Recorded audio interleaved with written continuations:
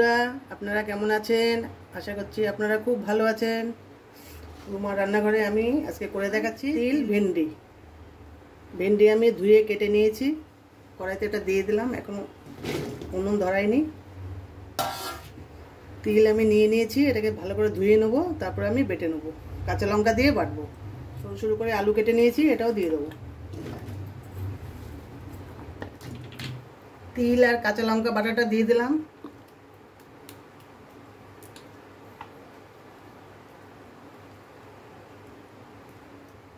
বাটি ধোয়া জলটা দিয়ে দিচ্ছি,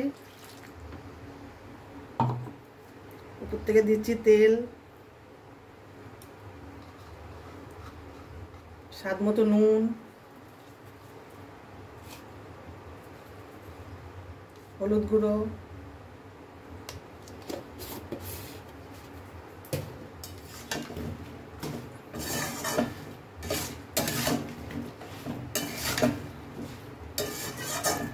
আর একটু জল দেবো।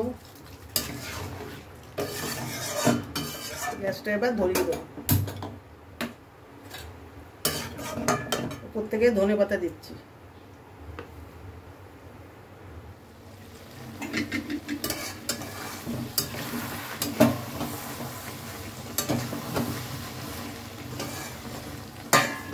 তিল ভেন্ডি আমার হয়ে গেছে।